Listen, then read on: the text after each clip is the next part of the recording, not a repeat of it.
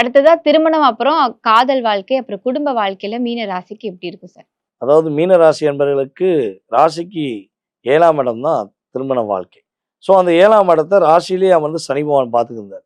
அப்ப நெறைய பிரச்சனைகள், குடும்ப உறவுகள்ல நெறைய பிரச்சனைகள், நெறைய கவலைகள்.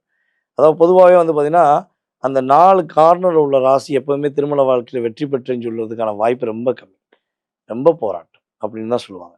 ஸோ அப்படி பார்க்கும்போது இவங்களுடைய ராசிக்கு 7ஆம் இடம் அப்படிங்கும்போது கன்னியா வருது. ஸோ இவங்களுக்கும் அவங்களுக்கும் நிறைய கருத்து வேறுபாடுகள், நிறைய புரிதல் இல்லாம தன்மை, புரிந்து கொள்ள முயற்சி எடுத்தாலும் புரிய மாட்டேன்னு சொல்லி பிடிவாதம். இந்த பிடிவாதத்தால தான் பல மீனராசி என்பவர்களுக்கு ஒரு திருமண வாழ்க்கையில பிரச்சனை. மீனராசிக்காரங்க எவ்வளோ விட்டு குடுத்து போயிருப்பாங்க.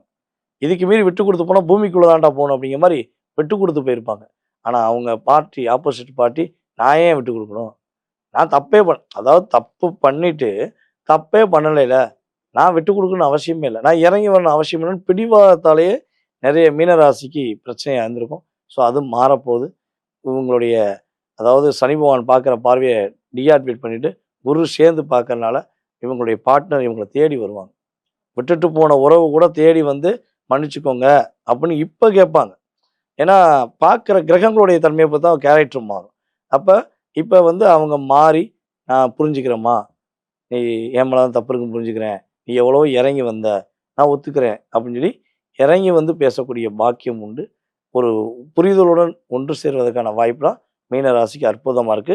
அதேபோல திருமண வாழ்க்கையில திருமணம் சார்ந்த விஷயங்கள் முயற்சி எடுக்கும்போது, எப்பொழுதுமே வந்து பார்த்தீங்கன்னா, ஒரு திருமணம் நடக்கணும்னா, கன்னி ராசி சொன்ன மாரி தான். ஒரு ஒரு ஆணுக்கோ, ஒரு பெண்ணுக்கோ திருமணம் நடக்கணும்னா, குரு பார்வை ரொம்ப முக்கியம். சனியோடைய ஆதிக்கம் அங்க கண்டிப்பா முக்கியம். அப்ப இருந்தா தான் திருமணம் நடக்கும். அப்படி இருக்கும்போது இங்க சனி பகவான் ஆல்ரெடி 7ஆம் இடத்த பார்க்காரு. குரு வந்து டைரக்ட்டா சனி பகவான பார்க்கறனால, திருமண பாக்கியம் என்பது மீனராசி பெண்களுக்கும் சரி, மீனராசி ஆண்களுக்கும் சரி, நடக்கக்கூடிய அளவுக்கு சூப்பரான ஒரு மாற்றம், ஒரு முன்னேற்றத்துக்குரிய தன்மைலாம் கிரக ரீதியா உண்டு. ஃபர்ஸ்ட் மேரேஜ்ல பிரச்சனையாயி டைவர்ஸ் ஆயிருச்சு. ஏதோ ஒரு விஷயங்கள்ல முடிஞ்சு போச்சு. 2வது திருமணமாச்சும் எனக்கு நல்லா இருக்குமானா, மீனராசிக்காரங்களுக்கு உண்மையாகவே வந்து பார்த்தீங்கன்னா, 2வது திருமண வாழ்க்கை ரொம்ப சூப்பரா இருக்கும். அதனால கவலைப்படாம செகண்ட் மேரேஜ ஓகே பண்ணுங்க. கல்யாணம் பண்ணிங்க. சந்தோஷமா இருக்கலாம். குழந்தை பாக்கியத்துக்காக காத்திருக்கிற மீனராசி என்பவர்களுக்கு குழந்தை பாக்கியம் உறுதியாக இந்த கிரக நிலையில சூப்பரா இருக்கு.